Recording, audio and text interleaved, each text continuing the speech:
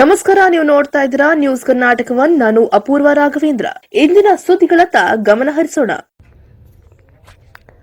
ಸರ್ಕಾರಿ ನೌಕರರ ಕ್ರೀಡಾಕೂಟ ಸಮಿತಿ ಕರ್ನಾಟಕ ರಾಜ್ಯ ಸರ್ಕಾರಿ ನೌಕರರ ಸಂಘದ ವತಿಯಿಂದ ತಾಲೂಕು ಮಟ್ಟದ ರಾಜ್ಯ ಸರ್ಕಾರಿ ನೌಕರರ 2022-23ನೇ ಸಾಲಿನ ಕ್ರೀಡಾ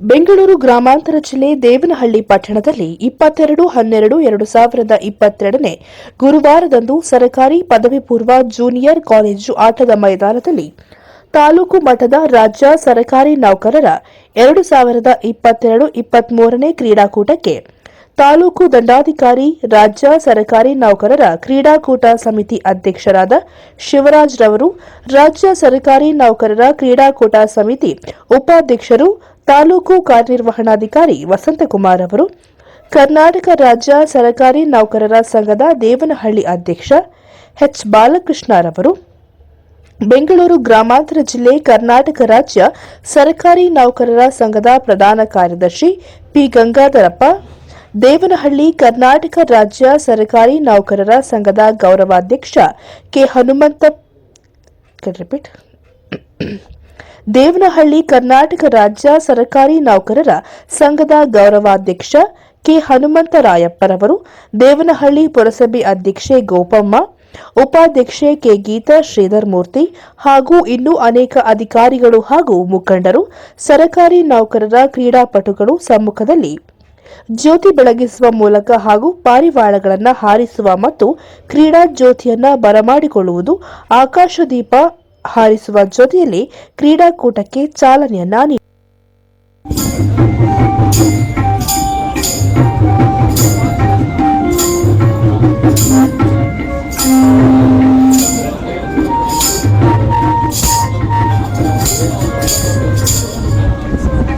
ನೋಂದಣಿ ಕಾರ್ಯ ಸ್ಥಗಿತಗೊಳಿಸಲಾಗಿದೆ.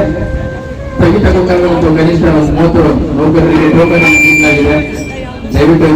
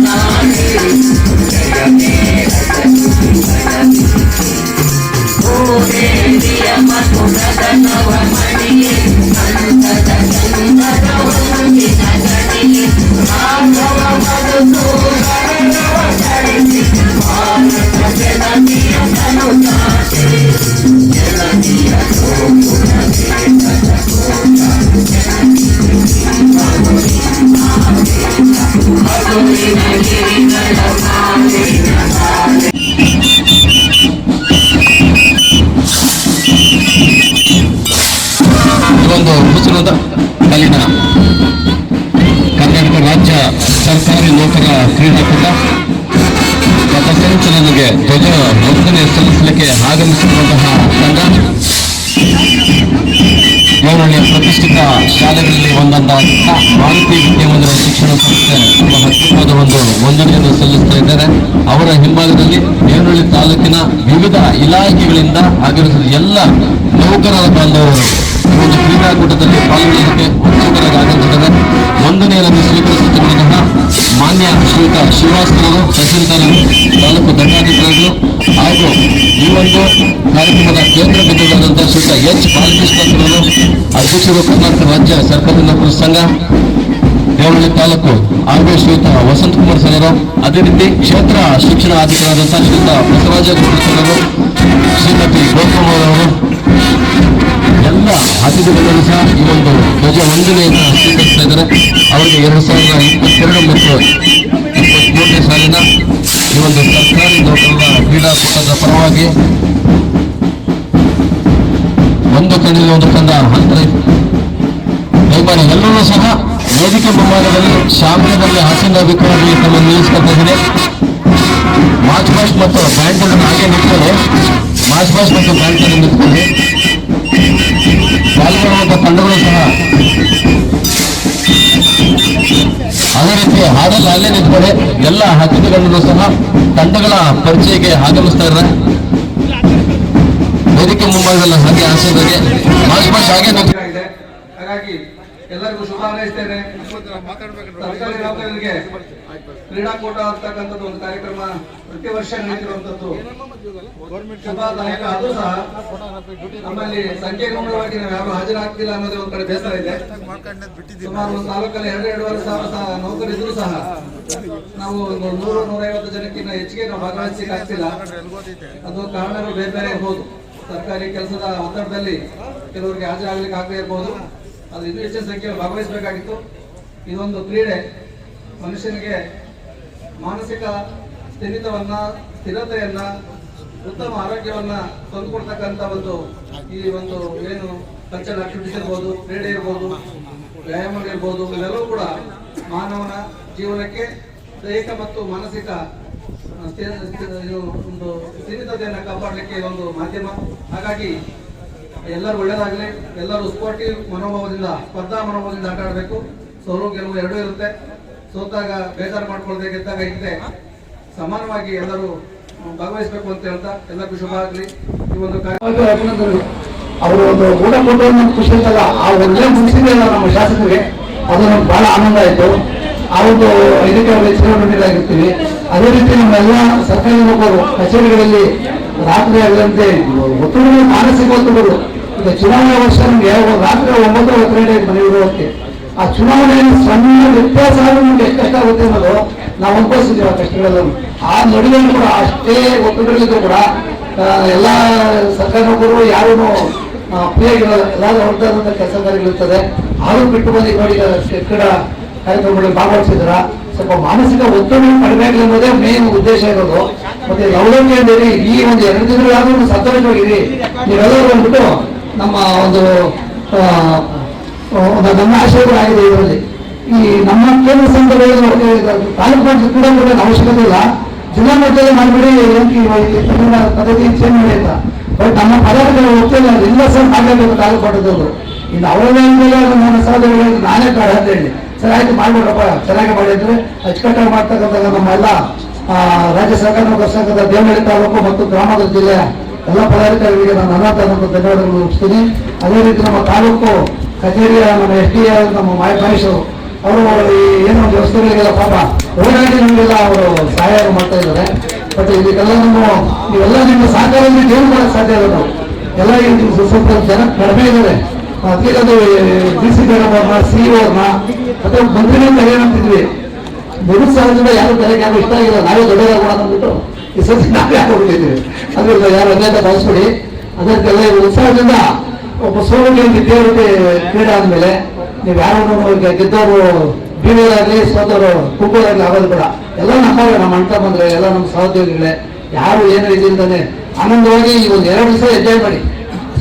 ನಿಮ್ಗೆಲ್ಲ ಏನು ಯಾರು ನಿಮ್ಮನ್ನ ಮಾಡೋದಿಲ್ಲ, ಫೋನ್ ಮಾಡಲ್ಲ. ನಿಮಗೆ ನೀವು ಆತರ ಆನಂದವಾಗಿ ನೀವು ಈ ಕ್ರೀಡಾಕೂಟಗಳಲ್ಲಿ ಭಾಗವಹಿಸಿ ನಮ್ಮಿಂದ ಏನೋ ಹೆಚ್ಚಿನ ನಿಮ್ಗೆ ಏನೋ ಒಂದು ಸಹಾಯ ಬೇಕಾಗಿದ್ದು ಯಾವುದೇ ಕೆಲಸ ಬೇಕಾದ್ರೂ ನಾವು ಪದಾರ್ಥಗಳು ರೆಡಿಯಾಗಿದ್ದೀವಿ.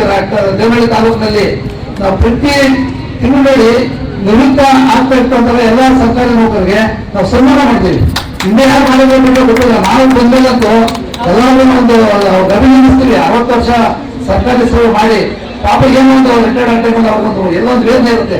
ಆ ಥರ ಮಾಡಿ ನಮ್ಮ ಪದಾರ್ಥಗಳಲ್ಲಿ ಒಂದು ತೀರ್ಮಾನ ತಗೊಂಡು ಒಂದು ಅರ್ಹತಾ ಪತ್ರ, ಏನೋ ನೆನಪಿನ ಕಾಣಿಕೆಗಳು, ಅವರೊಂದು ಒಳ್ಳೆ ಒಂದು ಸತ್ಕಾರ ಮಾಡಿ ಕಳಿಸ್ತಾ ಇದ್ವಿ. ನಾವು ಅದನ್ನ ಪದ್ಧತಿ ನಮ್ಮ ಮುಂದುವರಿಸ್ಕೊಳ್ತಾ ಇದೀವಿ. ನಮ್ಮ ಸಂಘ ಸ್ವಲ್ಪ ಆರ್ಥಿಕವಾಗಿ ಇನ್ನೂ ಬಹಳ ವರ್ಷದಲ್ಲಿ ಎಲ್ಲರೂ ಇನ್ನೂ ಸ್ವಲ್ಪ ಅವ್ರಿಗೆ ಆರ್ಥಿಕ ಸಹಾಯ ಮಾಡಬೇಕು ಅಂತ ಯೋಚನೆ ಮಾಡ್ತಾ ಇದ್ದೀವಿ. ಎಲ್ಲ ದೇವರ ದಯದಿಂದ ಚೆನ್ನಾಗಿ ನಡೀತಾ ಇದೆ. ನಮ್ಮ ಸಂಘ ನಾವು ಏನೋ ಸ್ವಲ್ಪ ಇರೋದ್ರಲ್ಲಿ ಆರ್ಥಿಕ ಸಂಪನ್ಮೂಲಗಳನ್ನ ಬೆಳೆಸ್ಕೊಂಡಿದ್ದೀವಿ. ಅದೇ ರೀತಿ ನಾವು ಇನ್ನ ಮುಂದಿನ ಈ ನಡ್ಕೊಂಡು ಹೋಗೋದಕ್ಕೆ ನಿಮ್ಮೆಲ್ಲ ಸಹಕಾರ ಬೇಕಾಗುತ್ತೆ ಅಂತ ಈ ನಮ್ಮ ಪದಾಧಿಕಾರಿಗಳು ಯಾರೇ ತುಂಬಿದ್ರು 25,000 ರೂಪಾಯಿ ಕೊಟ್ಬಿಡ್ತೀವಿ ನಾವೀಗ. ಯಾರೇ ಪದಾಧಿಕಾರಿಗಳು ನಮ್ಮ ಸಂಘ ಸಂಸ್ಥೆಗಳ ಪದಾಧಿಕಾರಿಗಳನ್ನ ಕೂತ್ಕೊಂಡು ಅಕಾಲಿಕವಾಗಿ ಅವರಿಗೆ ಕುಟುಂಬಕ್ಕೆ ಏನೋ ನೆರವಾಗಿ ಅಂದ್ಬಿಟ್ಟು ಒಂದು 25,000 ರೂಪಾಯಿ ನಾವು ಅದನ್ನ ಇದು ತೀರ್ಮಾನ ತಗೊಂಡಿದ್ದೀವಿ ಕೊಡ್ಬೇಕು ಅಂದ್ಬಿಟ್ಟು ಅದೇ ತರ ಮಾಡ್ತಾ ಇದ್ದೀವಿ ಕೂಡ.